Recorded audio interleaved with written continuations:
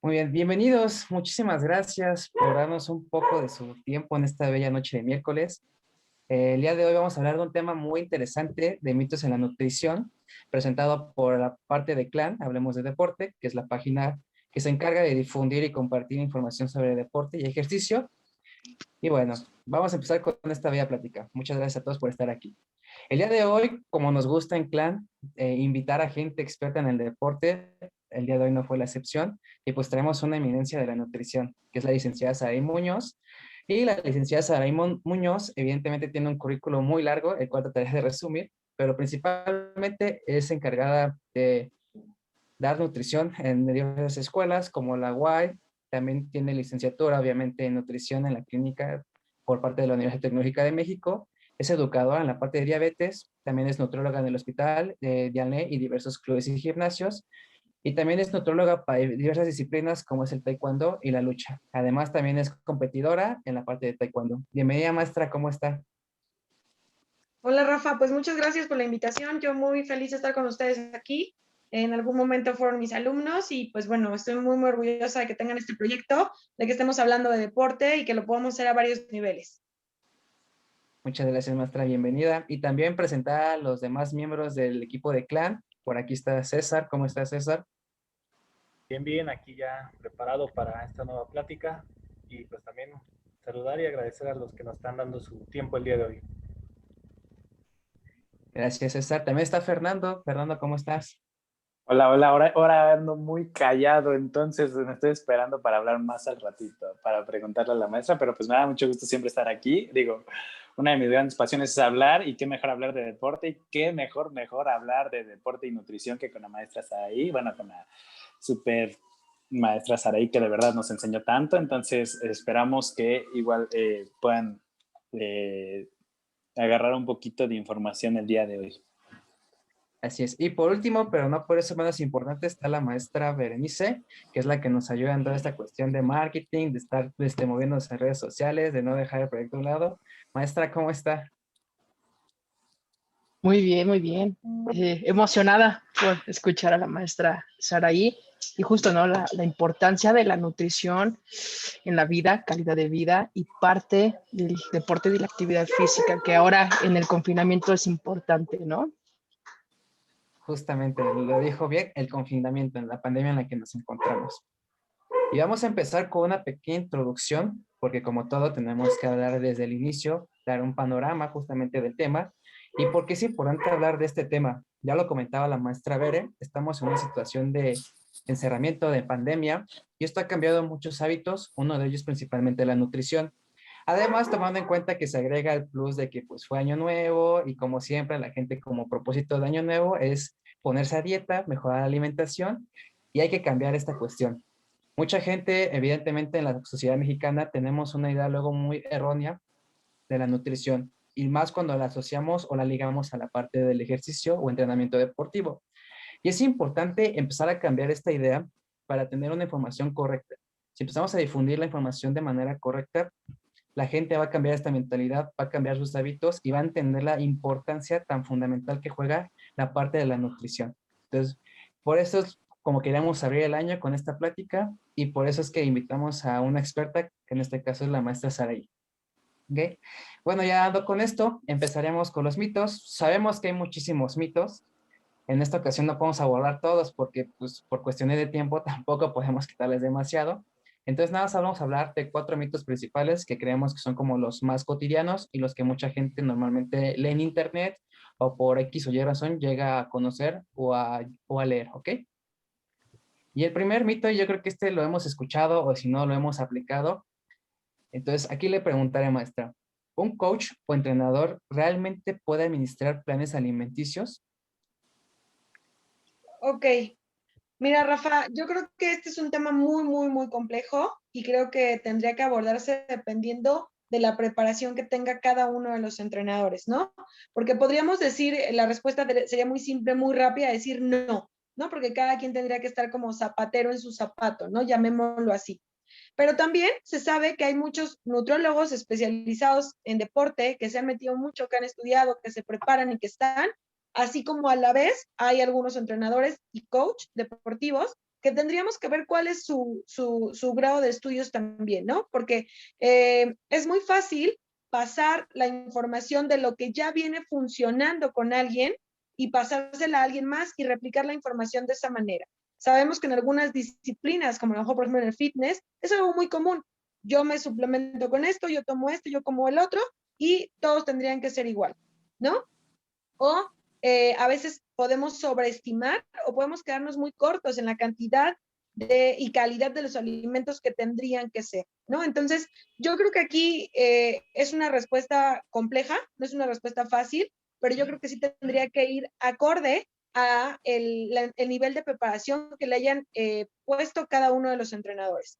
Hay ventajas cuando tú eres entrenador y conoces muy bien tu deporte, los cuales, si tú te preparas en el área de nutrición, pudieras llegar a tener la mitad del camino recorrido, ¿no? No es lo mismo llegar y ver un deporte en ceros. Por ejemplo, a mí, si tú me preguntas cuál es la nutrición en el fútbol americano, me costaría muchísimo trabajo poder contextualizar así de simple, ¿no? Tendría que ir, tendría que empaparme, tener que conocer el reglamento, tener que estar en los entrenamientos, poder entender cuáles son las rutas metabólicas, que son las que se están predominando, depende de la posición de cada jugador, pero no es mi fuerte, ¿no? Entonces, en ese sentido no es imposible, pero sí creo que tendría que tener una especialización y una seriedad. No pasar la dieta que a mí me funcionó, el plan de alimentación que a mí alguien me planificó acorde a mi actividad y pasárselo a alguien y decir, bueno, pues ya, como esto funciona, es como recetita, te la paso y tiene que funcionar con alguien más. Ese es Ok, mi punto de maestra. vista. No, no está perfecto. Justamente aquí yo creo que se puede desarrollar otra pregunta que mucha gente yo creo que se puede hacer, que es, ¿con qué parámetros o con qué medidas yo me puedo dar cuenta que una persona es realmente conocedora del tema o realmente sabe de nutrición? Mira, me ha pasado últimamente que en deportes donde a lo mejor no ha entrado tanto la nutrición como tal, como ciencia, sino simplemente pasarlo de a lo mejor de entrenador en entrenador, llegamos a dietas hipocalóricas que en realidad funcionarían para la pérdida de peso y de grasa. Sí, sí tendrían un resultado. Pero justo ayer veía a un atleta de lucha libre y le decía, me mostró dietas anteriores que le habían mandado coach, ¿no? Que le habían mandado, la verdad es que no recuerdo quién me dijo que se le había mandado, si había sido un coach del gimnasio o algo así, ¿no? Y entonces me enseña su dieta, claro, cuando yo vi el plan de alimentación, pero por supuesto, a alguien que tiene un peso de 90 kilos, yo le mando una dieta de 1200 calorías, por supuesto que va a bajar de peso. Pero entonces tengo ya grabado en mi mente que para bajar de peso tengo que dejar de comer todo y comer nada más pollo hervido, arroz, lechuga, espinaca y fresa, ¿no? Entonces todos los días se repite como tu plan de alimentación. Siempre lo he dicho, ¿no? Entre mayor variedad tengamos en nuestra alimentación y estemos cuidando ciertos nutrientes, vamos a poder también tener un impacto en el rendimiento deportivo. Entonces, no solo es el peso.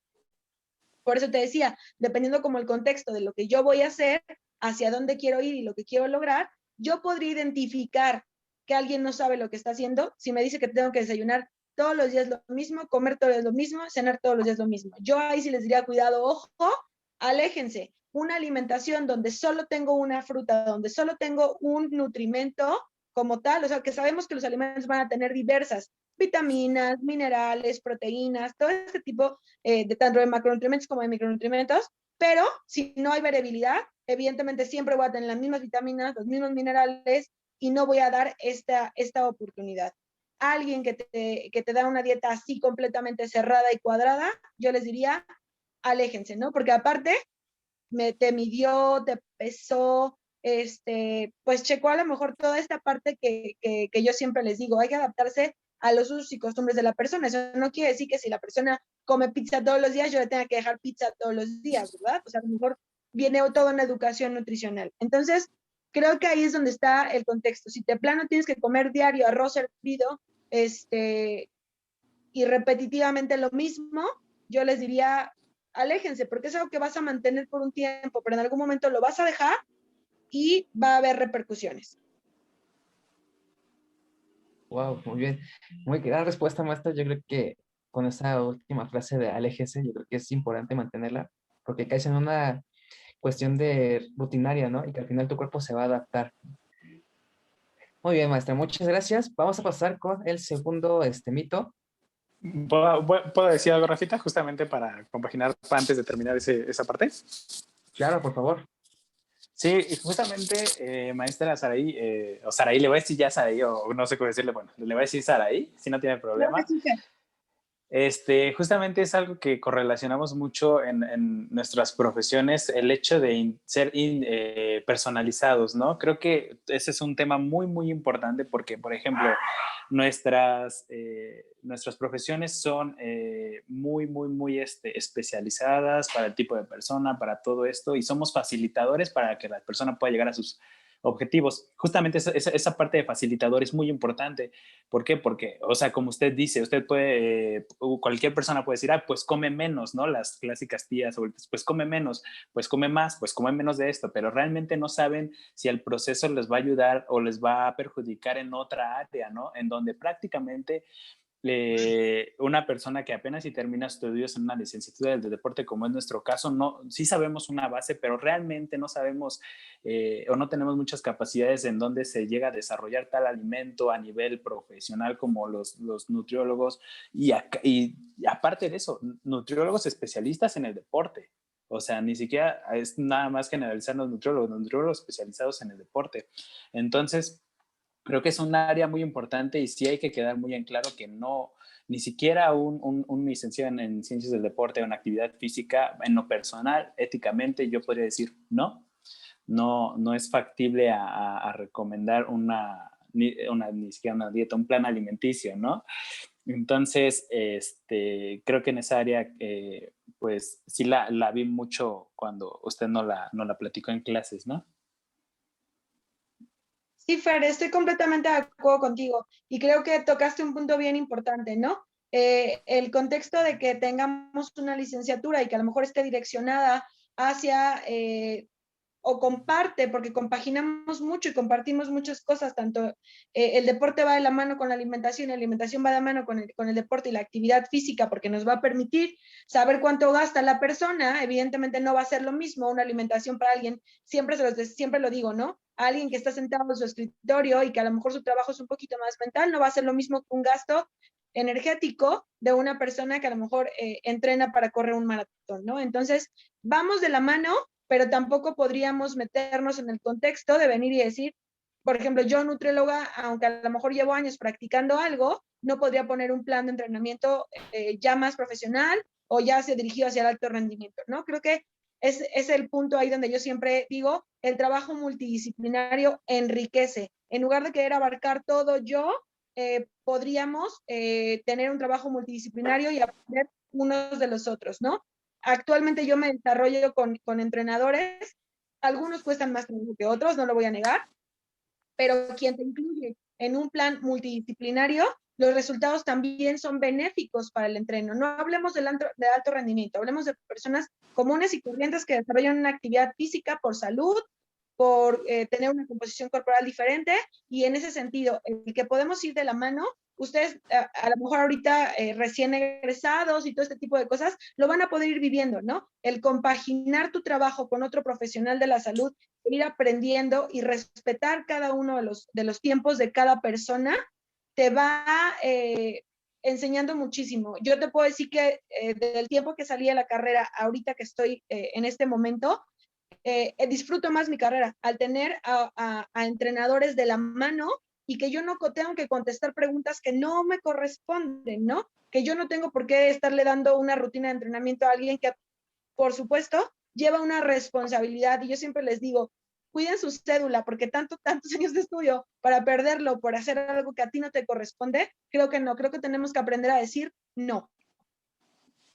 Perfecto, compagino muchísimo en eso, maestra. La parte ética hasta es más profesional decir, no es mi área, ¿no? Que estarle diciendo, ay, no sé, déjame lo investigo, ay, no sé, no. Realmente si estás colaborando con un equipo te recomiendo que vayas con este profesional en esa área, ¿no? Sí, en esa parte estoy muy, muy de acuerdo y creo que es algo que, aunque seas un coach básico en el gimnasio ya de plano, pues no entrar en esas áreas, ¿no? Mínimo. Yes. Muchas gracias, Fer. Muchas gracias, maestra. Y ahora sí, pasamos al segundo mito. Por favor, César. Bueno, nuestro segundo mito es como que una cuestión que hemos escuchado a lo largo de los años, que es el consumo o ingestas de fruta en la tarde, o más bien en la tarde-noche, es malo, ¿no? O sea, seguramente han escuchado esa idea de parte de la abuelita, de la tía, de si te comes sandía en la noche te va a hacer mal, ¿no? Ese siempre me pasó a mí. ¿Por qué? Porque es muy fría. Pero eso sí, te puedes comer una guajolota, una gordita de chicharrón, 80 tacos, pero eso no te cae mal. El problema era que te tomaste un agua de sandía, ¿no? O un agua de fruta en este momento. Ese realmente es como que la duda, o más bien la pregunta, ¿no? Que se tiene que hacer es, ¿realmente es malo comer frutas en la noche o en la tarde-noche? ¿Esto afecta a la pérdida o al aumento de peso?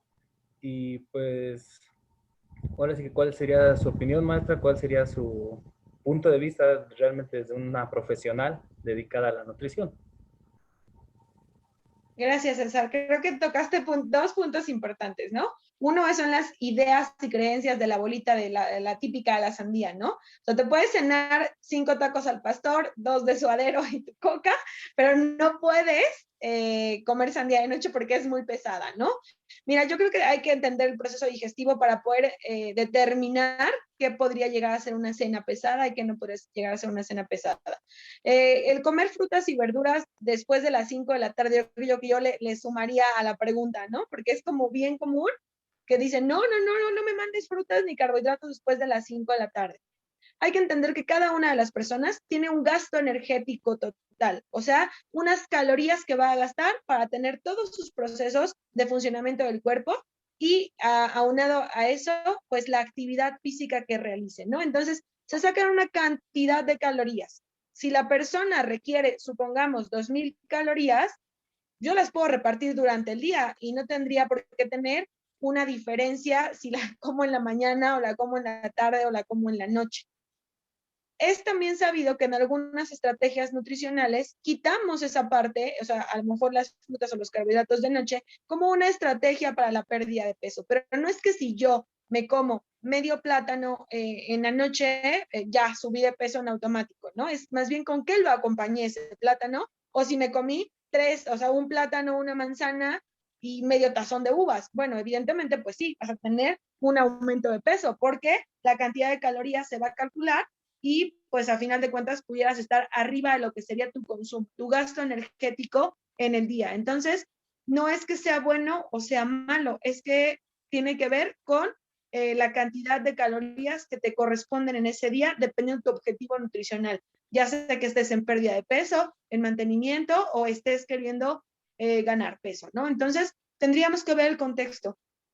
Creo que como lo dijo, no recuerdo si lo dijo Fer, el hecho de personalizar un plan de alimentación es lo que nos hace diferentes, ¿no? El hecho de que un nutriólogo pueda ver todo el panorama completo del paciente o entreno va a determinar si sí va a poder o tiene carbohidratos disponibles para la noche o no. A lo mejor prefiero ocuparlos en un preentreno, por ejemplo, ¿no? O prefiero ocuparlos en la mañana donde mi actividad está más cargada.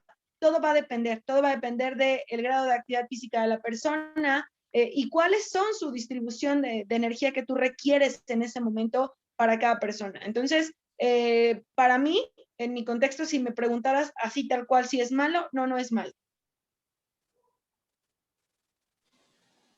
Justamente, perdón chicos, esa parte es muy importante porque, por ejemplo, así yo no sabía, o sea, sí sabía que mencionaban esta parte de después de las 5 o 6 de la tarde ya no podías comer frutas, pero dije, a ver, Fernando, a ver, ¿qué tal si un día no sabes, tú no sabes nada de nutrición, no sabes nada de actividad física? A ver, métete a internet, busca eso, 6 de la tarde. Entonces encontré varios blogs, es muy interesante porque son los primeros blogs que encuentras y de esos de feed, de nutrición, disques, ¿no? Muy pseudos. Entonces, justamente voy a tomar una parte de uno de sus principales blogs que dice así: la mayoría de los nutricionistas consideran que no es recomendable una ingesta de frutas después de las 6 de la tarde, ya que por su alto contenido en azúcares en forma de fructosa. Dices, ok. Después, o sea, te pones a analizar y dices, bueno, ajá, te creo, ¿no? Pero si yo no supiera nada de nutrición, si no supiera nada de actividad física, pues realmente te vas con la finta de eso. Una, no sabes ni qué es fructosa, no sabes eso ni nada, no te lo explican en el blog, nada, pero te vas con una finta, ¿no? Que después de una hora ya no puedes comer nada. Ahora, después te da una recomendación general, que en lo personal, en el área de la salud, dar una recomendación general es como ponerte una soga en el cuello, ¿no? Porque, pues, general, ¿no? Decía, la fruta perfecta para comer después de las 6 de la tarde es la manzana por su bajo índice calórico, ¿no? Y es ahí cuando de verdad te pones como, te empatizas con las personas que de verdad quieren conocer estas cuestiones y dices, wow, lo primero que se encuentran es este tipo de información que pues no está corroborada, que no tiene una explicación un poquito más a fondo. Entonces, es la que muchas veces empieza a potencializar muchos mitos, muchas cosas falsas, ¿no? Entonces, siempre les recomendaría en cada plática es que mejor busquen a un nutriólogo, en ese caso a la maestra Saraí, en donde prácticamente, muy sencillamente, así como nos enseñó a nosotros, les va a poder explicar lo que pasa, porque si ustedes se meten en una página así, realmente se van a ir con la creencia de que eso es verdad. Entonces, creo que en ese sentido, maestra, no sé qué opina un poco no sé cómo se diga, pero de la distribución de contenido en internet que podemos llegar a encontrar, sobre todo en el área de nutrición, ¿no? Con estos pequeños blog fit, ¿no? Nutricionales y de actividad física. Mira, yo creo que tocas puntos bien importantes, ¿no? Sobre todo la terminología también a veces nos confunde y pareciera que estamos hablando de algo muy profesional. Es verdad que el azúcar en las frutas, el azúcar que está presente en las frutas, pues evidentemente es la fructosa, ¿no? Entonces, es eso para a lo mejor cualquier profesional de la salud, personal médico, a lo mejor ustedes en el caso del deporte, lo podemos entender, pero si lo estamos hablando a lo mejor para una población general, pues es complicado, ¿no? Pero también no nos es tan difícil recordar que comer frutas por su alto contenido a lo mejor yo no me iría por el contenido calórico, porque una porción de fruta me va a dar alrededor de 60 kilocalorías, sea cual sea. Más bien es como el índice glicémico. Y en este sentido, tendríamos que irnos a ver la cantidad de azúcar que tiene determinada fruta. O lo que yo siempre les digo, pues también depende mucho del apetito de la persona. Si tú eres como de un apetito así como voraz, que me puedo comer a lo mejor muchas cosas, o soy de apetito en el cual no me puedo comer 20 uvitas porque es una porción muy pequeña, pues elige una porción de fruta que sea como, no sé, más abundante, ¿no? Por ejemplo, una taza de papaya, o a lo mejor una manzana, que visualmente te puede dar mayor si tú quieres una idea, una mejor idea de qué vas a comer más, ¿no? Entonces, en ese contexto, ¿se podrían elegir frutas con menor contenido de azúcar? Sí, sí podría ser una estrategia, pero prohibirlas depende, justamente volvemos a lo mismo, y siempre digo, en la nutrición creo que es muy común esta respuesta, depende para quién, ¿no? Pero te puedo decir, incluso yo que soy educadora en diabetes, la fruta en una persona que vive con diabetes no está contraindicada de noche tampoco, ¿no? Simplemente hay que saber elegir cuáles son las mejores en determinado momento o hacer mezclas que nos puedan ayudar a controlar este índice glicémico, ¿no? A lo mejor el añadirle fibra, el añadirle grasas, pudiera llegar a ser una mejor estrategia. Ahora, estamos muy confundidos y mucha gente en algún momento ¿ahí sí me escuchan? Sí. Sí. Perdón, es que como que se empezó a perder la señal y ya no supe si me escuchaban o no me escuchaban. Listo.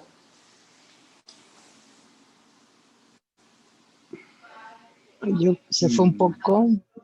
Sí, Sí, ahora yo también. Ahorita sí se trabó. que regrese.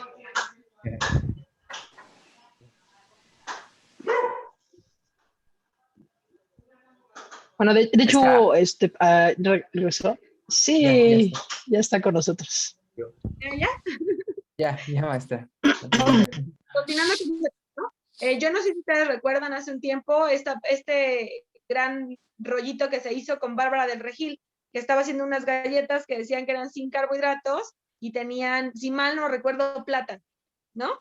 Entonces, ella se estaba refiriendo a un tema de, a lo mejor, carbohidratos refiriéndose a los cereales, ¿no? Pero también dentro del grupo de los carbohidratos están las frutas, ¿no? Por su contenido, que nos van a dar ciertos gramos, en este caso 15 gramos aproximadamente por porción, ¿no? Entonces, ella se refería a este tema, a que no había cereales presentes, pero también es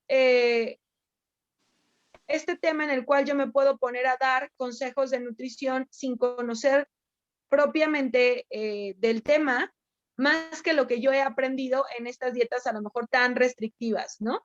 Entonces, es como muy complicado dar estas recomendaciones y leer las recomendaciones y poder distinguir cuál es una buena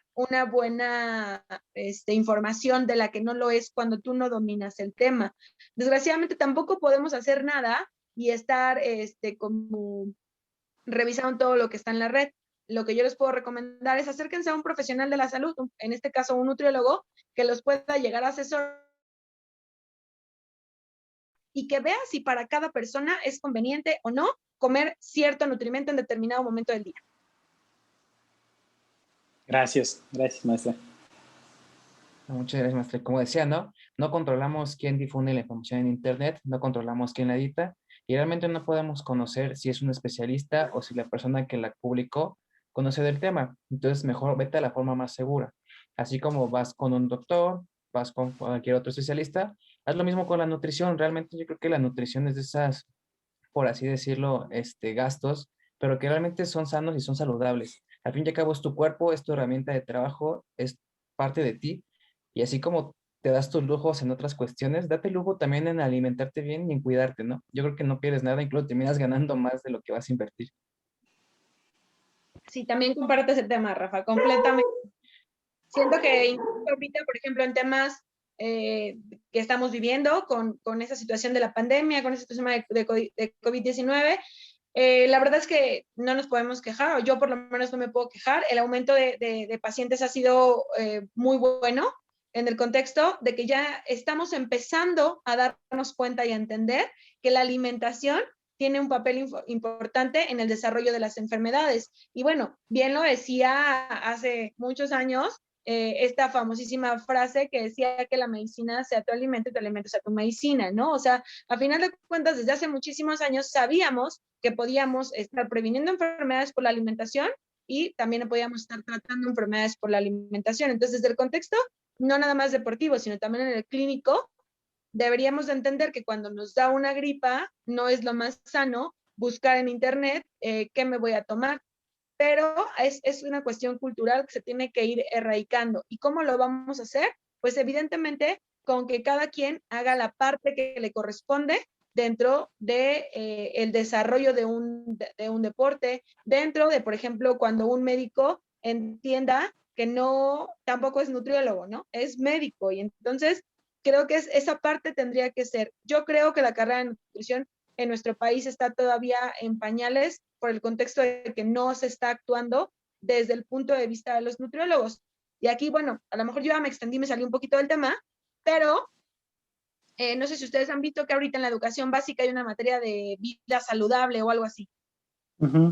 Y esta materia la están impartiendo o los profesores titulares de la educación básica o los profesores de educación física. Y yo digo, bueno, están sacando una campaña en la cual tenemos que dar esta orientación alimentaria a los niños y enseñarles, pero la está dando el maestro de educación física. Entonces volvemos a lo mismo. ¿De qué me sirve que la dé el maestro de educación física o de qué me sirve que la dé la maestra de la escuela si no estamos realmente dando una orientación alimentaria a los niños que podríamos desde esas edades quitar estos mitos, por ejemplo, ¿no? El de la fruta de noche. Exacto. Buenísima. Sí, esta parte de querer ahorrar, y mejor que lo haga alguien que ya está ahí preparado, ¿no? Preparado entre comillas, porque realmente no lo preparan para esa cuestión. Son datos que dices, wow. Por Bueno, lo menos deberían de invertir en la capacitación de los maestros, ¿no? Por un nutriólogo. sí, mínimo que conozcan, aunque sea lo básico del tema. Sí.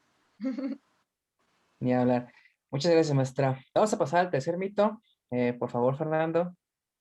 Bueno, es prácticamente hablar sobre un apoyo ergogénico, una ayuda ergogénica, que es la carnitina, la gran famosa carnitina que en los últimos momentos la has estado escuchando en todos lados. Y pues prácticamente la carnitina con el paso del tiempo pues ha sido utilizada muchas veces o más veces ya por atletas, por deportistas, por personas, que simplemente lo mismo, todo es como de voz en voz, que escuchan que hay que la carnitina suplementada te ayuda a ciertos beneficios, que a bajar, a bajar de peso, a mejorar tu capacidad aeróbica, muchas cosas, ¿no? Realmente esta parte de que vamos a abordar sobre la carnitina es para aclarar, no como para satanizar, ni para decir, oye, es la gran maravilla del mundo, simplemente aclarar, porque hay que saber cuándo puede llegar a funcionar, en dónde y en qué tipo de población y todo esto. Y para eso le comenzaría con la primera pregunta, maestra, para que nuestro público sepa qué es la carnitina. Bueno, yo creo que sí, justamente hay que entender qué es la carnitina y si nosotros la producimos o no la producimos, ¿no? Porque nosotros producimos de manera natural la carnitina en el hígado y en el riñón, nosotros la vamos a estar produciendo y necesitaría ser suplementada cuando hay una deficiencia. También otra forma por la cual obtenemos carnitina es por la alimentación. ¿Y qué es esto? ¿Qué es la carnitina? Pues bueno, es una molécula encargada de transportar los ácidos grasos de cadena larga. Evidentemente ya no me quiero meter un poquito más porque tenemos como población público como de todo tipo, no quiero ser tan técnica, pero bueno, es un transportador de ácidos grasos, ¿no? Y el cual los lleva para que puedan ser oxidados y puedan ser ocupadas en forma de energía, ¿no? Entonces, partiendo desde aquí, tendríamos que entender que, pues bueno, nosotros la producimos, como les dije, en el hígado y en los riñones, y la vamos a obtener también en la alimentación, en el consumo de carnes, sobre todo carnes rojas, carne de res y carne de cerdo, en menor cantidad, en el pollo también la vamos a encontrar. Entonces, ¿quién se vería beneficiado de una suplementación por carnitina? O en este caso, hay varias isoformas y la que encontramos para suplementación es la L-carnitina. ¿Quién sí tendría que ser suplementado? Pues los veganos, ¿no? Porque evidentemente no van a estar consumiendo en la dieta la carnitina porque, pues bueno, no consumen los productos de origen animal. Entonces, en este contexto, pues sí podríamos verse beneficiados las personas que siguen dietas veganas, ¿no? ¿Qué evidencia científica tiene la L-carnitina para realmente la pérdida de peso? Pues bueno, hay que entender que es un suplemento muy controversial, ¿no? Pero que no tiene evidencia científica de peso que nos diga que si yo suplemento a alguien con L-carnitina, realmente voy a tener una pérdida de peso significativa. De hecho, pues quien clasifica si un suplemento es efectivo en el rendimiento deportivo o en este caso en la pérdida de grasa, pues es el Instituto Australiano del Deporte. Y ellos lo clasifican como el grupo B. ¿Qué quiere decir? Que se presume que tienen un efecto positivo en el rendimiento deportivo, en la pérdida de grasa en este caso, pero que todavía no hay una evidencia científica de peso que nos diga que sí. Por lo tanto, yo sé que les rompo el corazón a muchos que tienen su esperanza en la suplementación de L-carnitina para poder movilizar los ácidos grasos y poderlos ocupar como forma de energía. Así que, pues bueno, yo no suplemento con L-carnitina porque no tiene evidencia científica suficiente que nos pueda llegar. Hay estudios que muestran, en algún momento hubo estudios que se hicieron en personas con obesidad y que suplementados con aproximadamente 3 gramos al día de L-carnitina, sí veían resultados en la pérdida de peso, pero no se sabe si esta pérdida de peso estaba solo relacionada a la L-carnitina o al aumento de la actividad física y el cambio en la alimentación. Entonces, pues bueno, como les repito, no hay suficiente evidencia científica, hay diversos estudios que lo van a estar digamos así como dando a favor, dando en contra, pero tendríamos que ver qué tipo de estudio fue, en qué población se realizó y pues bueno, si la muestra es significativa o no. Entonces, por el momento la L-carnitina no tiene evidencia científica que realmente tenga un beneficio en el rendimiento deportivo y en la pérdida de grasa. Creo que justamente, maestra, me di como mucho a la libertad también de estudiarlo bastante para las dudas cualquiera que nos llegue a escuchar después y se dedica al deporte y la esté ingiriendo. Entonces, siempre he pensado que este tipo de suplementos o apoyos que no están totalmente validados, a mí se me figura que en este caso, como se excreta por la orina, ¿no? El exceso y todo esto, siempre he pensado que es como compras algo para tener una orina cara, ¿no? O sea, realmente nada más para eso. Entonces, siempre he tenido esta idea de igual con el colágeno y muchas otras cosas, ¿no? Entonces, es como estar gastando mucho su dinero en situaciones como de moda que escuchas y todo esto. Ahora, toda la parte de los suplementos o estos pequeños cuestiones que vemos en internet, todo tiene un porqué y un para qué y también te llegas a preguntar, ¿y cómo empezó a surgir o de dónde se llegó a malentender, ¿no? Entonces empiezas a entender la función de lo que es la carnitina y dices, bueno, supongo que porque ayuda a la mejor absorción de los ácidos grasos, movilización de los ácidos grasos largos y ya empiezas a suponer, no, pues entre más carnitina mejor voy a utilizar los ácidos grasos. Entonces supones que por utilizar ácidos grasos vas a bajar más de peso y ayudas al mejoramiento de tus capacidades aeróbicas, ¿no? O de ejercicios de larga distancia. Entonces, por esa parte, por ese cuestionamiento, por esas hipótesis, llegas a entender el por qué pueden surgir, pero la evidencia científica es totalmente contraria a esa hipótesis que se llega a utilizar en algún momento. Fue válida en un punto, pero cuando se llega a validar que realmente esas situaciones no van del todo así, que nuestro cuerpo no funciona del todo así, empiezas a quitarte muchas cosas de la cabeza. Entonces, sí, maestra, le escucho. Perdón, también hay que entender que la L-carnitina estamos hablando a nivel deporte, ¿no? Porque también hay que entender que la suplementación con carnitina también se dan diversas patologías, pero ya estamos hablando de un contexto totalmente diferente, o se ha presumido y encontrado también en diversos estudios que a lo mejor los pacientes con obesidad pudieran llegar a estar deficientes. Si estás deficiente, evidentemente va a haber, y yo creo que ahí es donde está la confusión, ¿no? Si hay una deficiencia genética, en la producción propia de tu carnitina dentro del cuerpo, sí podríamos estar hablando de que te veas beneficiado, pero realmente son los mínimos. Y creo que llegaste a un punto bien importante cuando decimos que es la orina más cara, ¿no? Lo mismo que siempre les digo con los multivitamínicos. Bueno, ¿y por qué tomarte todo si no necesitas todo? Porque pues a final de cuentas lo vas a estar excretando, ¿no? Entonces, creo que llegaste a un punto importante también, Fer.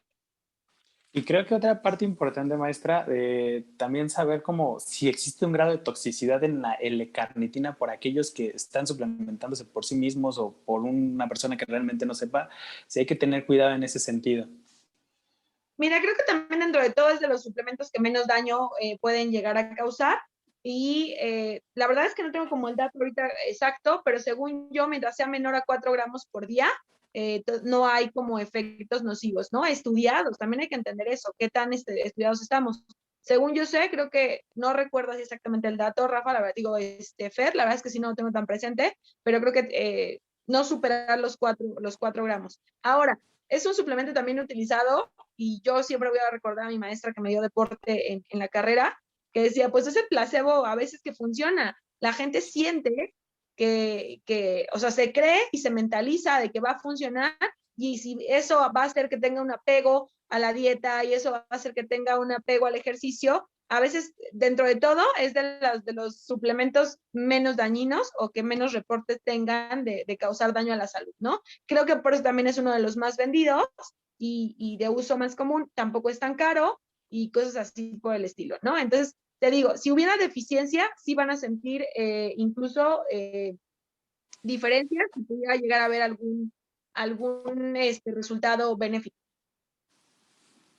Exactamente, sí, maestra, estoy totalmente de acuerdo y creo que también en personas, no sé si sepa un poquito también como este tema, en la cuestión de cardiopatías alguna. No sé si también nos puede llegar a escuchar una persona con cardiopatía y diga, ay, pues es que me enviaron esto. Sí, Entonces, por eso te decía que hay diversas patologías, ¿no? Tratamiento de Alzheimer, Parkinson, cardiopatías, vasculopatías periféricas, también hay un beneficio y es un medicamento utilizado, porque hay que recordar que no lo encontramos solamente de venta como suplemento alimenticio, sino como un medicamento, o sea, un fármaco que es recetado por diversas patologías como las que acabo de mencionar ahorita. gracias, Miss. Fer. Muchas gracias, maestra. Y bueno, ya con esto pasamos al último mito que vamos a abordar el día de hoy. Por favor, César, haznos el honor.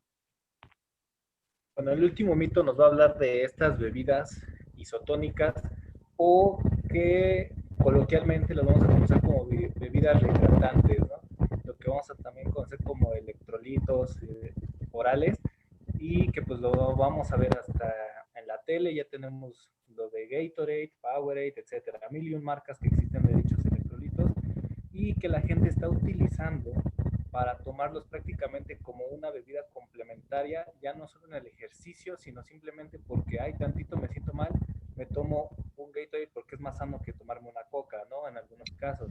También lo hemos visto, aquellos que vamos a gimnasios, pues, no sé, pues de barrio que se conocen, que siempre que hay clase de zumba, clase de alguna de estas variantes del mundo del fitness, hay mínimo 3 personas que tienen su Gatorade o una de estas bebidas cerca. Siempre hay 3 personas y siempre se la acaban este tipo de bebidas porque generalmente llevan 1 litro más para su super clase de zumba, ¿no?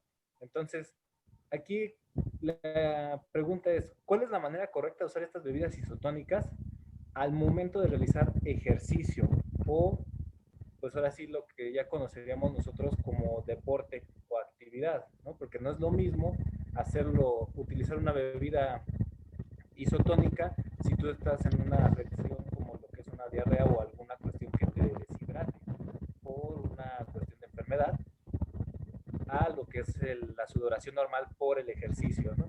Entonces, maestra, ahora sí, si nos puede iluminar en este sentido, si yo voy a mi clase de Zumba, ¿es necesario que yo lleve mi bebida isotónica? Sí, no, ¿por qué?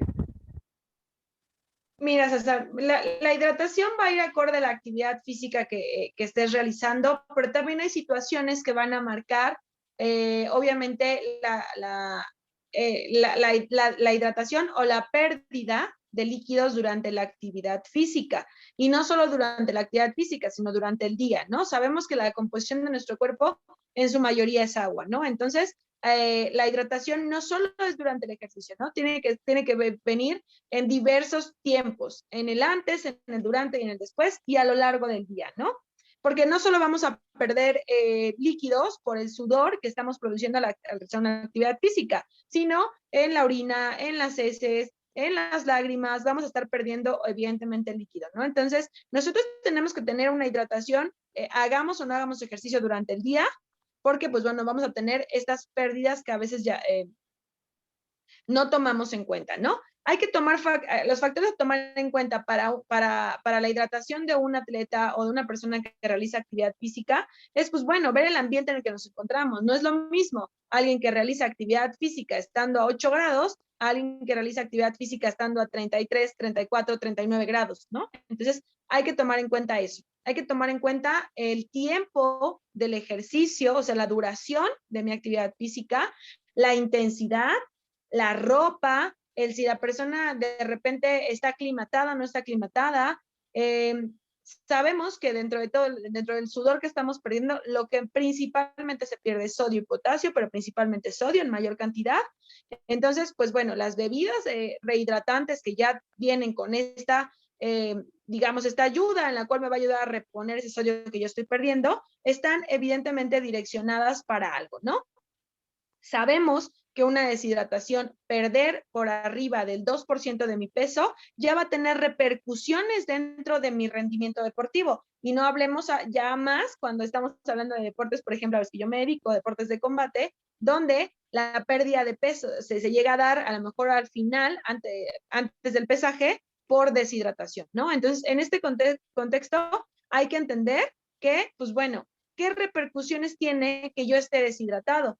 Pues que mi gasto cardíaco esté bajo, mi frecuencia cardíaca se va a estar elevando, mi flujo sanguíneo también va a estar bajando,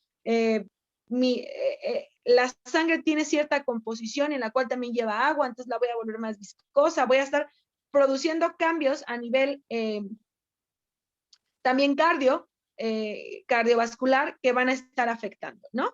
Entonces, ¿qué puede pasar cuando yo estoy deshidratado? Pues va a haber situaciones, como yo les decía, rendimiento deportivo bajo, si lo tuviéramos que ver en el contexto del rendimiento laboral, del rendimiento escolar, pues bueno, baja el rendimiento escolar también, y era justo cuando yo les decía, un atleta en el cual se está sometiendo a una deshidratación para dar un pesaje, evidentemente va a tener complicaciones, porque ese atleta a lo mejor va a la escuela hasta un día antes de tener que dar el peso, o el mismo día que tiene que dar el peso, y si va deshidratado, pues va a tener consecuencias a nivel, pues evidentemente, fatiga, dolor de cabeza, mareos, náuseas, confusión, todo ese tipo de cosas, ¿no? Entonces, en este contexto tendríamos que ver si la clase de Zumba tiene la duración, si es mayor a 1 hora, si de verdad las condiciones climáticas están haciendo que yo tenga una pérdida excesiva, evidentemente de sudor, y con el sudor evidentemente no solo pierdo agua, sino como les dije,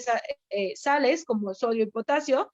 Habría que ver si realmente valdría la pena tener que hacer en ese contexto una reposición de electrolitos.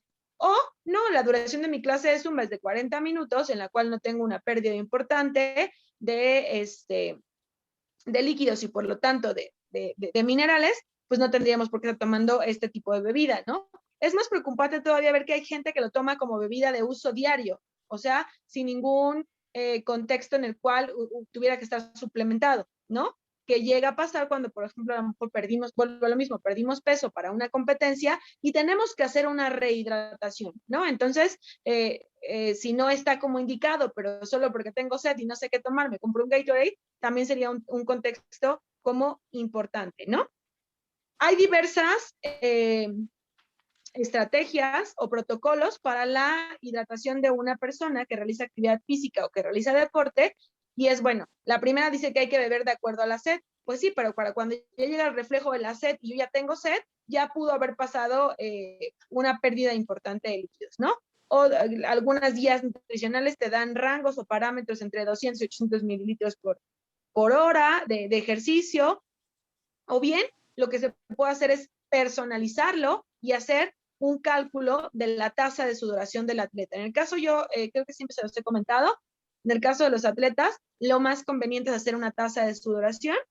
¿Y cómo hago una tasa de sudoración? Pues bueno, peso a la persona antes de su actividad física, luego le sumo a lo mejor lo que se bebió en ese momento, le voy a estar quitando o restando lo que excretó, en este caso hay que medir la cantidad de orina que hace el atleta, y pues bueno, supongamos, si esa persona perdió 1000 mililitros por hora de entrenamiento, pues estamos hablando de que hay que reponerle esos 1000 mililitros, ¿no? Y entonces, pues es aquí donde podríamos ya entender que dependiendo el tipo de la actividad y la duración, yo voy a hacer esa reposición.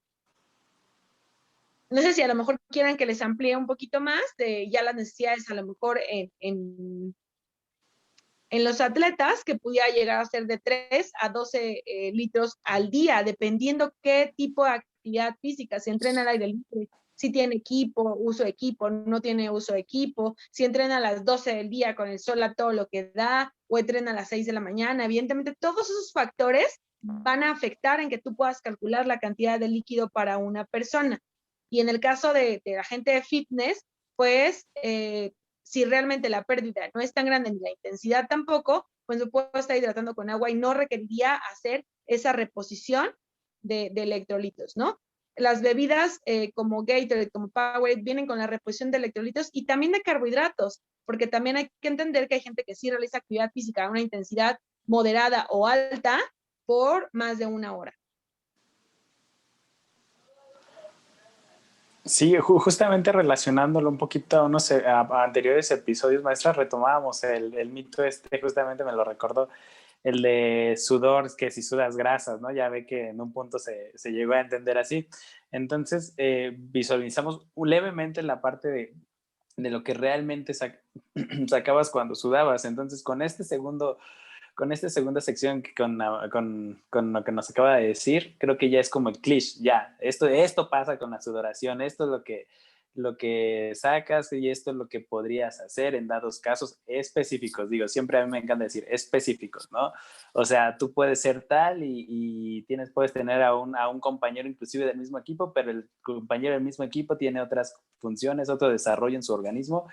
Entonces, creo que esa es la parte muy, no sé si lo comparte conmigo, como la parte apasionante de nuestra profesión, de decir, tienes que cambiar el chip automáticamente y tratar a la persona más que tratar a un atleta o a tratar a una persona con cierta enfermedad. Más que tratar la enfermedad, tienes que tratar a la persona, ¿no? Y tratar a la persona es un mundo completamente nuevo y por lo tanto nos va a obligar como a confrontarnos en este sentido profesional de decir, uy, a mí me dijeron en la escuela que era tal, ¿no?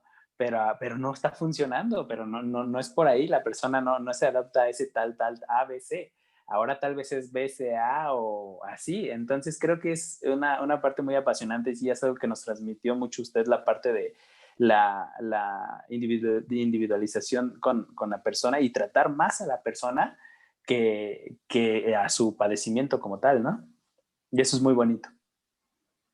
Sí, Fer, muchas gracias. Digo, es muy gratificante escuchar que tu papel como docente dentro de una licenciatura que probablemente muchos no le dan la importancia a la materia de nutrición y dicen como, bueno, pues ya estamos aquí, ¿no? Pero digo, gracias por tu comentario. Y la otra es que creo que algo que siempre digo, y lo repito una y otra vez, que los trajes son a la medida, ¿no? Y justo decía este contexto de que estamos en pañales, porque, pues bueno, por ejemplo, de los deportes más vistos y que más dinero dejan, como son la NFL, sus jugadores tienen preparadas sus bebidas acorde a la cantidad de líquido y de minerales. O sea, les miden cuánto es lo que están perdiendo y entonces la reposición es individual. Aquí todavía no lo tenemos así. Sabemos y quien ha estado en el contexto que hay 1000 fórmulas, ¿no? Para determinar los mililitros por kilogramo de peso de la persona. A nivel hospitalario lo hacemos. Hay guías que nos dicen que hay que hidratar 4 horas antes y te dicen cuántos mililitros por kilogramo de peso. En el durante, que hay que hidratar a los atletas de 15 a 20 minutos más o menos, pasando la primera hora, pues de cada 15 o 20 minutos estarlos hidratando. Y toda esta parte, yo siempre lo he dicho, ¿no? En el contexto en su licenciatura, esto es súper importante que se lo tatúen, porque hoy en día batallamos con que los profesores no sacan a tomar agua a los entrenos, ¿no? Y tú dices, es que de verdad quiero que me entiendas que incluso hasta en la prevención de lesiones, la hidratación juega un papel súper importante. En la obesidad juega un papel muy importante la hidratación. Por eso hidratamos el peso de la persona. No hidratamos como regla general el que todo, porque esto es una pregunta que me pasa en el consultorio. Bueno, yo creo que un 95% de mis pacientes me dicen, es que yo sí tomo mucha agua. ¿Cuánto estás tomando? 2 litros, me tomo 8 vasos al día, ¿no? Entre 6 y 8 vasos al día. Claro, si a lo mejor pesas aproximadamente 55 kilos, puede ser que estés en un consumo correcto. Y digo, me estoy inventando un número, por decirlo. Pero si pesas 90 kilos, te estás quedando cortísimo, te estás quedando como 1,5 litros abajo aproximadamente, ¿no? Entonces, y a eso súmale tu actividad física. O si a lo mejor, por ejemplo, yo siempre les decía, ¿no? Si te toca un albañil, pues evidentemente su pérdida de líquidos va a ser muy diferente a lo mejor al administrativo que está en su oficina y que a lo mejor se toma el cafecito, pero pues no, ni le da el sol, ni su ejercicio, ni su actividad laboral propiamente es física. Entonces tendríamos que estar entendiendo en este contexto que también la cantidad de líquido debe estar estipulada por el peso de la persona y en el caso de la actividad física, por la cantidad de líquido que pierde. Entonces, para hacer una reposición adecuada, ¿no? Hay diferentes fórmulas para hacer esto, no las vamos a tocar, pero pues bueno, hay que entender que la hidratación en el ejercicio es en el antes, en el durante y en el después. Si, por ejemplo, estás en una pérdida de peso para una señora que está yendo a una clase de Zumba, adelante, qué bueno que te estás moviendo, qué bueno que hay movilidad, qué bueno que estás, creo que es mejor estar en la clase de Zumba que estar sentada viendo la televisión, pero no requerirías hacer la reposición de un Gatorade. Ahí a lo mejor la orientación que nosotros tenemos como profesionales es hidrátate con agua y no va a pasar absolutamente nada. Más barato. Y sin azúcar, ¿no? Que no Es la azúcar. Ah, pero el saborcito, ¿no? Luego es el que atrapa. Pues échale algo. Pues mira, en los casos de pérdida de peso, digo, no es lo ideal, pero si tienen demasiada ansiedad por algo dulce, pues ponle un poquito de Clyde, ¿no? O sea, ponle un poquito de sabor, hazte una infusión con la misma fruta, deja la infusión toda la noche y al siguiente día vas a ver si le pones, no sé, albahaca, romero y naranja, por ejemplo, va a tener un sabor el agua o infusiónale un tecito de manzanilla y lo revuelves con tu agua del día, no sé. Hay muchas formas en las cuales podemos aumentar el consumo de líquidos si no les gusta el agua simple, porque es muy común en el consultorio que te digan, no, es que se me atora, o sea, la coca no, eso se pasa directo, aunque el gas te haga llorar los ojos, pero pasa directo. Y el agua no, o me pasa mucho, el agua me da agruras. No, no es cierto. O sea, es muy común, ¿no? Pero bueno, estamos muy acostumbrados a tomar bebidas con alto contenido de azúcar. Y ese dato anótenlo, anótenlo porque es valiosísimo. Justamente aquí, maestra, hablando un poquito de las bebidas isotónicas, ya la mencionó César. Está el Electrolit, está el Powerade, son como bebidas energizantes como son el Monster, el Red Bull. En esta cuestión, si yo soy un atleta que requiere de esta parte de consumo, ¿cuál es la mejor bebida que yo puedo tomar a la hora o después de hacer el ejercicio? Volvemos a lo mismo, Rafa, ¿no? Depende. O sea, depende qué requieras, ¿no? Si yo requiero un estímulo, a lo mejor de cafeína, pues sí, a lo mejor tu café y tu reposición de electrolitos, pero vamos a lo mismo. Todo eso está mediado por las condiciones climáticas, la vestimenta, si hay uso de equipo, si no hay uso de equipo. Tú sabes, por ejemplo, tú que practicas deportes de conjunto, pues no es lo mismo la cantidad de sudor que va a tener cierta posición. Entonces, aquí el punto es saber cuánto es lo que está gastando la persona y, por ejemplo, en el caso de los deportes de resistencia, hay unos como parchecitos que van a estar como midiendo. No los conozco yo personalmente o nunca los he ocupado, pero miden la cantidad de minerales que pierde, sobre todo el sodio, ¿no? Entonces, ahí es como ya podríamos ver, pero porque también sus pérdidas son impresionantes. Alguien que entrena en los deportes de resistencia, sus entrenamientos son de larga duración, la intensidad es muy variable, y te digo, no es lo mismo a lo mejor en este caso, si a lo mejor en un deporte como el fútbol, y dependiendo la hora, pues vas a estar eligiendo entre cuál tiene más. La verdad es que son como casi muy planas, casi todos tienen la misma cantidad de sodio, entonces, lo que tenemos actualmente. Pero volvemos a lo mismo. Si tú estás en una pérdida de peso, yo no te puedo meter Gatorade. O a lo mejor y sí me alcanza y calculo tus carbohidratos para que me alcance. Pero si no me alcanzan, pues a lo mejor y puedo hacer una reposición con agua mineral, por ejemplo, ¿no? Y estás en una reposición de electrolitos, pero sin la glucosa. Va a depender mucho de la actividad que esté realizando la persona. Para mí no hay una regla general. Muchas gracias, maestra. Bueno, con esto ya concluimos con los mitos que queríamos abordar el día de hoy. Ya nada más para finalizar, queríamos saber su punto de vista. Como bien lo mencionamos al principio, la difusión, sobre todo en la parte de nutrición y del deporte y ejercicio, es muy escasa aquí en México. Entonces, mediante su punto de vista, ¿a qué cree que se deba que la sociedad mexicana, sobre todo, tenga esta escasez de conocimiento o que realmente no haya esta difusión de información que sea afirmativa o verdadera, sobre todo en la parte de nutrición? Mira, yo creo que el punto, creo que lo toqué hace un rato, es que necesitamos educación nutricional, pero hecha por profesionales especialistas en el tema, ¿no? La verdad es que a mí me gustaría, o estoy en el proceso de prepararme cada día más, de leer, de aprender, pero tampoco soy todóloga y no podría ni siquiera medirme con eminencias que tenemos aquí dentro del país, dentro de la nutrición, ¿no? Entonces, yo creo que aquí el punto es que tanto las políticas públicas que tienen que ver con la materia de nutrición y de salud no están hechas por nutriólogos. Entonces, es muy confusa la información y volvemos a un punto en el cual tendríamos que voltear a ver las políticas que estamos lanzando como país. Y esto aquí entra perfecto lo de los famosísimos sellos que está ahorita, ¿no? Sacaron toda esta parte de la reglamentación, que la alimentación, que todos los alimentos empaquetados tienen que tener los famosísimos sellos, ¿no? Pero la gente no sabe qué es grasa saturada. Y a lo mejor y si ve el sello, dice, ah, tiene grasa saturada, y qué padre, ¿no? ¿Qué significa eso? Exceso de azúcar. Creo que a la gente nunca nos ha importado que tenga exceso de azúcares unas galletas de estas famosísimas negritas con relleno blanco. Nunca en la vida nos ha importado, o a quien se las come no le importa, ¿no? ¿A quién le importa? A quien a lo mejor sí está cuidando su cantidad de calorías, todo este tipo de contextos, ¿no? Pero si nos importara, no estaríamos en este problema de obesidad que a lo mejor tenemos, que es muy subjetivo, no podemos juzgar o criticar a quien está en un problema, porque también hay que tomar en cuenta que a veces hay condiciones de salud, condiciones a lo mejor emocionales que van a estar desarrollando todo esto, pero hay una gran confusión y yo creo que la educación nutricional debería de darse desde la educación básica, pero dada por nutriólogos. Yo creo que si tuviéramos un nutriólogo por cada escuela, se podría organizar de tal manera un horario para que se pudiera tener por lo menos entre 1 y 2 horas a la semana de orientación alimentaria. ¿Qué nos ayudaría y qué nos serviría?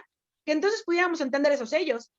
Pero si hasta para los nutriólogos en determinado momento, cuando salió todo este tema, tuvimos que, a ver, déjenme entender qué me estás queriendo decir, cómo está, en base a qué, cuántos gramos de azúcar tiene que tener para que tenga el sello, cuántos gramos, cuánto tiene que tener de grasa saturada para que esté el sello. Imagínate la población en general, las políticas que sacan de chécate, mídete, muévete, incluso el plato del bien comer es una herramienta de orientación nutricional muy confusa, que realmente no sirve porque te ponen en semáforo verde las frutas y las verduras. Entonces yo puedo decidir que a mí no me gustan las verduras y puedo decidir que me puedo comer entre 5 y 6 raciones de fruta al día. Y entonces está bien para mí. Bueno, pues depende para qué, depende qué quieras lograr con eso.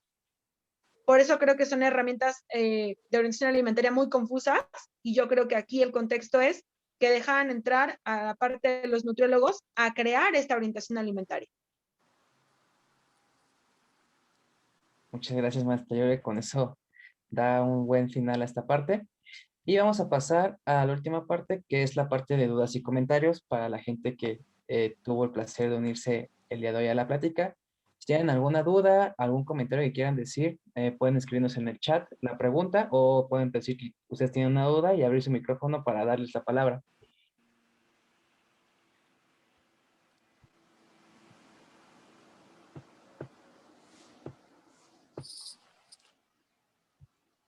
Hola, buenas noches. Buenas noches. Hola, profe, buenas noches. Saludando a la maestra Saraí, compañera del Taekwondo. Muy interesante la plática. Más que una duda o una pregunta, yo creo que, como dice la maestra Saraí, la nutrición en México está en pañales y los mexicanos somos mucho híjole, de hacer nuestras actividades en el sentido de la nutrición, como dijeron al principio, de lo que diga la abuelita, ¿no? Los usos y costumbres que vamos pasando de generación en generación. Nos cuesta mucho trabajo tomar un producto en el súper y leerlo, ¿sí? Saber su contenido o de qué está hecho, su contenido energético y el beneficio que nos va a dar a nosotros y para nuestros hijos, ¿no?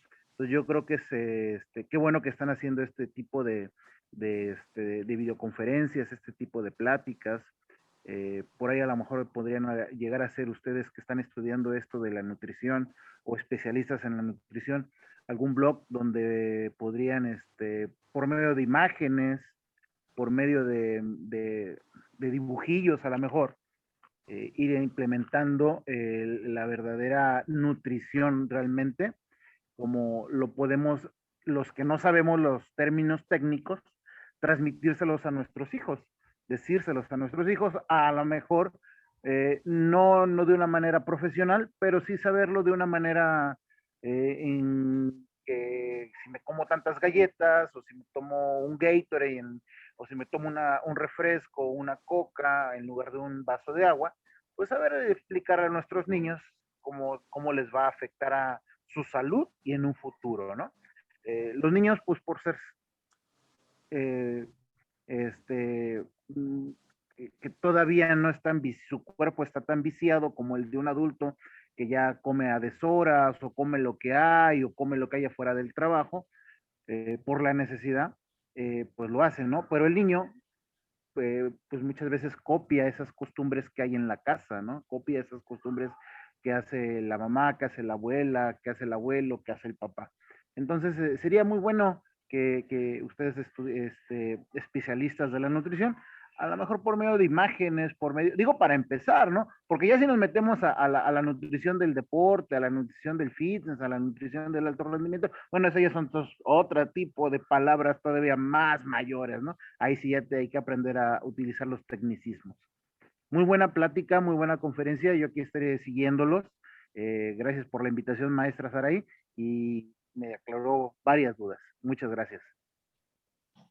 Muchas gracias, maestro. Qué fortuna que estés aquí con nosotros. Tú que eres padre de familia, eres entrenador, eres, pues a final de cuentas, un paciente responsable, porque también en algunos momentos has sido mi paciente. Qué bueno que estás aquí, me da muchísimo gusto que te unas, que quieras aprender cada día más, y creo que comparto contigo 100%, ¿no? Que el futuro de nuestro país es educar a los niños en temas de nutrición para que pudiéramos llegar a estar quitando estos mitos, ¿no? Y que en algún momento no fueran mitos, sino fuera ya una certeza. Hace poquito escuchaba yo a una chica de esas youtubers coreana y decía cuál era como el secreto o por qué los coreanos eran muy delgados todos. Y decía que genéticamente no es que todos fueran delgados, es que su cultura, la cultura de los coreanos es totalmente de prevención. Ellos no quieren tratar la enfermedad, sino quieren prevenirla. Entonces, su consumo de verduras, decía, es súper elevado, somos muy preocupones de leer las etiquetas. Pues sí, pero ¿cómo vamos a leer una etiqueta o cómo vamos a tener la costumbre de leer una etiqueta si no la sabemos leer, ¿no? Pero un buen nutriólogo, ya hace un rato, complementando a la pregunta que me decían, ¿cómo diferenciar? Un buen nutriólogo tiene que enseñarte eso, tiene que enseñarte a leer una etiqueta y a diferenciar entre un buen alimento y uno que no tiene esa misma calidad. Y entender que no hay alimentos malos, sino que en la dosis está como el veneno, básicamente, ¿no? Gracias, maestro. Muchas gracias, César, por tu pregunta y por acompañarnos esta noche. Maestra Verde, que la veo con la mano levantada hace como 10 minutos. Por favor. Híjole, bueno, muchísimas gracias, Saraí, por compartir tu conocimiento. Y justo, ¿no? Parte de estos mitos es la cultura. Estoy tomando justo un diplomado en la parte de estimulación temprana y habla sobre la importancia de la nutrición infantil, que es el centro de todo, ¿no? Justo es una población también vulnerable, pero principalmente por la parte de nutrición. Y es impresionante, bueno, vamos a ver los datos duros saliendo del confinamiento, lo que sucede con nuestros infantes, ¿no? Que también es parte de la cultura de los padres, de sus papás, el no informarse, ¿no? Ya hay muchos medios, tenemos profesionales, cual podemos justo contactar, ¿no? Y el cambio se puede hacer en cualquier instante, pero es también el que se quiera, ¿no? Para empezar, justo de ahí viene el cambio de la sensibilización a ser consciente sobre la nutrición y el beneficio que se tiene, ¿no? Muchísimas gracias, nada más quería decir esto. Muchas gracias, maestra. Tu comentario es súper valioso y creo que tú en esta parte de la estimulación temprana estás viendo todos los cambios que se tienen a nivel pediátrico. Yo también estoy tomando un diplomado de nutrición infantil ahorita porque creo que todo parte desde ahí. Y el punto aquí importante es, a mí me pasa mucho, yo trabajo en equipo multidisciplinario con pediatras, en un consultorio con pediatras, y me mandan a los niños, y el punto aquí es que si yo no veo un cambio en el papá, es muy difícil el apego a un plan nutricional del niño, ¿no? Entonces, ya hay repercusiones de salud, pero es horrible, y creo que quien lo hemos vivido, y me incluyo en este caso, tú estar comiendo una porción de pollo, a lo mejor asado, con verduras, con un poco de arroz, pero todo en un contexto más controlado, controlando la grasa, controlando a lo mejor la cantidad de carbohidratos, y que tú voltees y que en el plato de al lado hay pizza, refresco, papitas, y entonces te sientes como hasta excluido de la familia, ¿no? Entonces, yo siempre les digo, pues a mí díganme la verdad, si esto va a ser un trabajo, tiene que ser un trabajo en equipo, ¿no? Porque es muy difícil seguir un plan de alimentación y se necesita demasiada disciplina y se necesita demasiado carácter que a veces a lo mejor un niño no va a tener si su papá come de una manera diferente, ¿no? Y ya estamos un poco resignados a decir, como mi papá es de tal manera, yo tengo que estar en ese mismo perfil, ¿no? Entonces, es bien complicado. Y yo siempre lo digo, la obesidad es multifactorial. No solo es el tratamiento nutricional. Hay que entender muchas cuestiones psicológicas, hay que entender el poder adquisitivo que tiene la familia, muchos contextos importantes, pero de que nosotros aprendemos más de la imitación de con los quienes convivimos o consideramos personas importantes en nuestra vida, que en la infancia van a ser los papás, pues evidentemente vamos a tener ese estímulo, ¿no? Entonces, sí, tienes toda la razón y qué valiosa tu aportación, maestra Bere. Muchas gracias, Gracias. maestra Bere. Y aquí tenemos una pregunta en el chat de Rivas René, que dice, buenas noches René. Me fue muy interesante la conferencia, pero surgió una duda.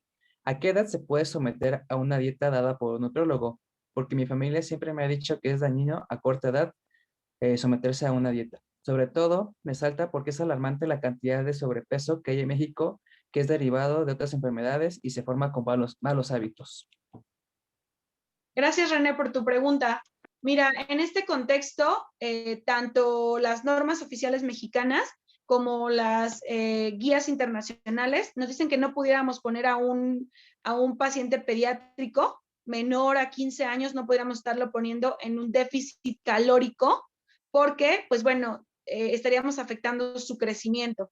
Incluso en el deporte, muchos atletas son sometidos a dietas hipocalóricas o que son por debajo de sus necesidades nutricionales para poder dar un peso competitivo, para poder dar una imagen, a lo mejor para un cierto deporte que tuviera que ser de apreciación. Y sabemos que hay afectaciones a nivel de su desarrollo y crecimiento adecuados. Pero aquí el punto es que es un gran mito. Y mira, es una muy buena pregunta y podría ser otro mito en nutrición, ¿no? Si yo llevo a mi hijo al nutriólogo, no, está muy chiquito para estar a dieta. Es que, a ver, hay que entender un contexto. Ese niño va a tener una necesidad calórica específica. Y cuando tú sacas lo que ese niño come, tiene el doble o a veces el triple de lo que debería de comer. Entonces, ponerlo a comer lo que él necesita va a tener beneficios y regularmente solitos llegan a su peso.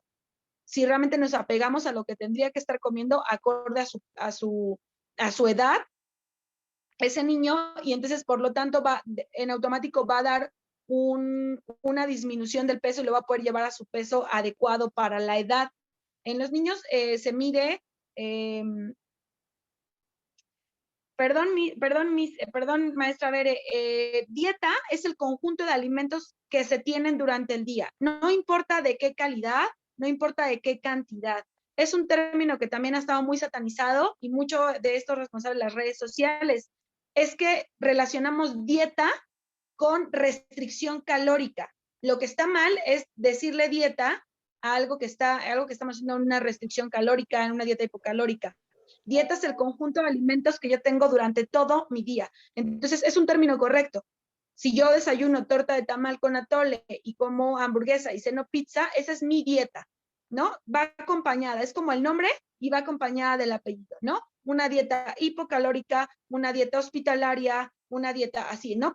Pero término dieta es correcto, solo hay que como contextualizar que mi dieta no tiene por qué ser restrictiva, ¿no?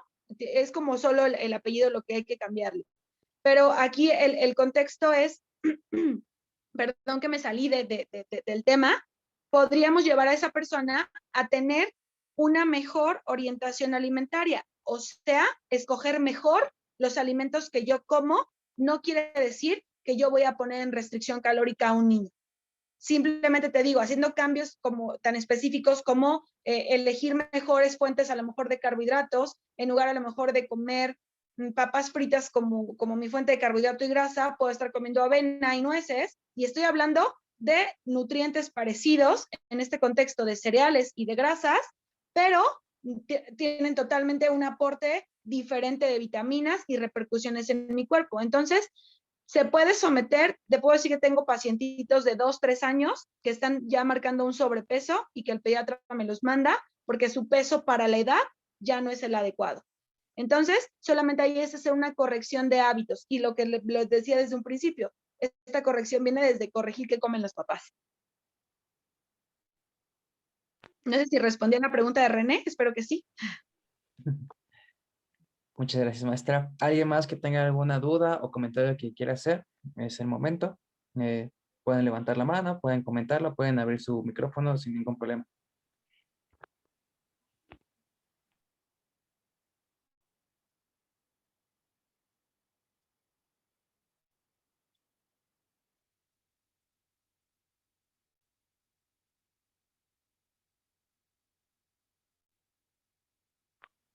Pues no, creo que quedó todo perfecto. Y bueno, con esto damos fin a la plática. Maestra, muchísimas gracias en verdad por prestarnos de su tiempo, de su conocimiento y estar aquí y aceptar la invitación. En verdad, gracias por compartirnos un poquito más y empezar a quitar y a limpiar toda esta información, estos mitos y empezar a difundir información correcta. Muchas gracias, Rafa. Agradezco mucho la invitación. Y pues bueno, también me quedo con los comentarios que ahorita hicieron de a lo mejor poder empezar a generar contenido en mis redes sociales, no tanto a lo mejor como de recetas, sino más de orientación alimentaria, para pues evidentemente estarnos apegando a algo que va a ser beneficio para todos, ¿no? El sistema de salud hoy en México está colapsado, no solo por la pandemia que tiene que ver con el virus que estamos viviendo ahorita, sino también está colapsado por todas las consecuencias que vienen del sobrepeso y la obesidad. Entonces, pues si podemos poner un granito de arena, así lo haremos. Muchas gracias, maestra. Y aquí les dejamos las redes sociales de la maestra, su Facebook y su Instagram, por si quieren alguna consulta, si quieren preguntar algo más o aclarar alguna duda sobre nutrición. Ahí están sus redes sociales, ella es muy abierta y siempre contesta y no hay problema en que le pregunten lo que quieran. Siempre está disponible para cualquier duda que tengan. Y también les dejamos las redes sociales de nuestros canales. Estamos en Instagram como Clan, Les Talk About Sport. Ahí constantemente subimos posts sobre información de ejercicios, datos curiosos, para que se vayan cultivando esa cuestión. Tenemos nuestro canal de YouTube también, donde tenemos diferentes pláticas, así como con la maestra, con diferentes especialistas del deporte, de nutrición, para ir aclarando sobre todo este panorama e ir quitando estos mitos. Y también nuestros podcasts, donde hablamos de información también del deporte y de ejercicio, para que nos sigan, nos escuchen y difundan, que es lo importante, ¿no? Borrar estos mitos, como decía la maestra, empezar a cultivar y sobre todo contener información correcta y adecuada, porque como se los decimos, realmente la salud, el ejercicio, la nutrición, nuestro físico siempre va a ser nuestra herramienta y qué mejor manera de cuidarla que con las medidas y las herramientas adecuadas. Y muchas gracias al equipo, César, Bere, muchísimas gracias por haber estado aquí. No, pues gracias, No, maestra, nuevamente. Gracias. un gusto, un gusto. Muchísimas gracias, Saraí, por aceptar. Gracias a todos. Gracias por la invitación. Nada, de qué, maestra, aquí siempre es bienvenida. Y muchas gracias a todos los que estuvieron aquí. En verdad, se les agradece mucho su tiempo, su participación. Esperemos que les haya gustado. Vamos a seguir igual con este tipo de pláticas a lo largo de este año. Es un proyecto que apenas está empezando, pero créanme que con sus visitas, con su difusión, van permitiendo que vaya creciendo y se los agradecemos de todo corazón. Y bueno, ya sin más que decir, que tengan una excelente noche, gran semana para todos. Esperemos que sea una semana llena de éxitos y de logros. Y cualquier duda que tengan, pregunta, comentario, ya tienen nuestras redes sociales para que nos comenten, nos consulten, igual las de la maestra Saraí. Que tengan una excelente noche y descansen. Gracias. Muchas gracias, igualmente.